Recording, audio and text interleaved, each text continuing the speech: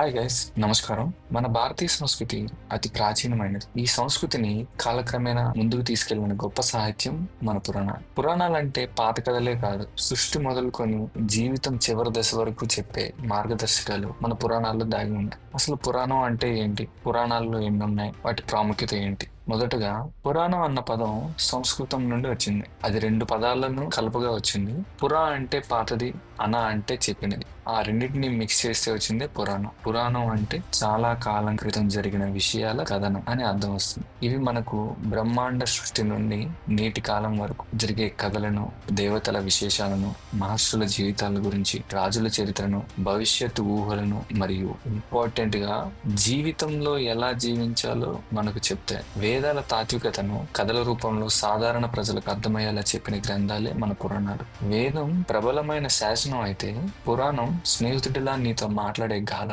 పురాణాల్ని రెండు భాగాలుగా విభజించారు. అందులో ఒకటి మహాపురాణాలు, ఇంకొకటి ఉపపురాణాలు. మహాపురాణాలు మొత్తం 18, ఉపపురాణాలు కొన్ని వందల వరకు ఉన్నాయి, కానీ సాధారణంగా 18 అని చెప్తారు. ఈ మహాపురాణాలు వేదాల తర్వాత హిందూ ధర్మానికి అత్యంత ప్రాముఖ్యమైన గ్రంథాలుగా భావిస్తారు. ఇప్పుడు 18 మహాపురాణాల పేర్లు, వాటి ముఖ్యాంశాల గురించి చిన్న వివరణ ఇస్తాను, చూడండి. ఇందులో మొదటిది బ్రహ్మ పురాణం. ఇందులో సృష్టి మొదటి దశలో ఏం జరిగిందో ఉంటుంది. బ్రహ్మ, విష్ణు, శివుడు వంటి దేవతల పాత్రలతో పాటు పుణ్యక్షేత్రాల విశిష్టతను గురించి ఇందులో చర్చించారు. రెండవది పద్మ పురాణం. ఈ పురాణం విష్ణు భక్తి, వ్రతాలు, నిబంధనలు, యాగాలు వంటి ధార్మిక ఆచారాలపై దృష్టి పెడుతుంది. ఇది సత్యయుగం నుండి కలియుగం వరకు ధర్మ పరిరక్షణను చేయడం గురించి మనకు వివరిస్తుంది. మూడవది విష్ణు పురాణం. విష్ణువు యొక్క దశావతారాలు, విశ్వ సృష్టి, కాలచక్రం గురించి దీనిలో వివరించారు. రాజవంశాల చరిత్రను కూడా ఇందులో పొందుపరిచారు. నాలుగవది శివపురాణం. శివపురాణంలో శివుని యొక్క లీలల గురించి, శివ పూజా విధులు, లింగారాధన తత్వాలు వివరించబడ్డాయి. ఇది శైవ సిద్ధాంతాన్ని బలపరుస్తుంది. ఐదవది భాగవత పురాణం. ఇది అత్యంత ప్రాచుర్యం పొందిన పురాణాల్లో శ్రీకృష్ణుని బాల్య కథలు, రాసలీలలు, భక్తి మార్గాన్ని గురించి దీంట్లో బోధిస్తారు. ఆరవది నారద పురాణం. దీనిలో నారద మహర్షి ద్వారా భక్తి, జ్ఞానం, ధర్మ మార్గం గురించి ఉపదేశించబడుతుంది. ఇందులో భక్తి మాధుర్యం ప్రధానంగా ఉంటుంది. ఏడవది మార్కండేయ పురాణం. ఈ పురాణంలో దుర్గాదేవి కథ అనగా దేవి మహత్యం చాలా ప్రముఖమైనది. మహిళల ఆత్మబలం, శక్తితత్వాన్ని దీనిలో ప్రోత్సహించారు. ఎనిమిదవది అగ్ని పురాణం. అగ్నిదేవుడు వివిధ విషయాలపై మనకు ఉపదేశిస్తాడు. ఆయుర్వేదం, అస్త్రశాస్త్రం, నాట్యం, పురావస్తు తదితర విషయాలు ఇందులో ఉన్నాయి. తొమ్మిదవది భవిష్య పురాణం. ఇది భవిష్యకాల సంఘటనల గురించి ఊహించని కథనాలు ఇవ్వబడిన పురాణం. కలియుగంలో జరిగే సంఘటనల ప్రాముఖ్యత ఇందులో మనం చూడొచ్చు. 10వది బ్రహ్మవైవర్త పురాణం. ఈ పురాణంలో సృష్టితత్వం గురించి, రాధాకృష్ణుల మధ్య జరిగిన పరమ ప్రేమను విశదీకరించారు. గోపికల భక్తిని కూడా చాలా అందంగా వివరించారు. 11వది లింగ పురాణం. లింగ స్వరూపం, ఆధ్యాత్మికత, శివ పూజను గురించి దీంట్లో విశదీకరించారు.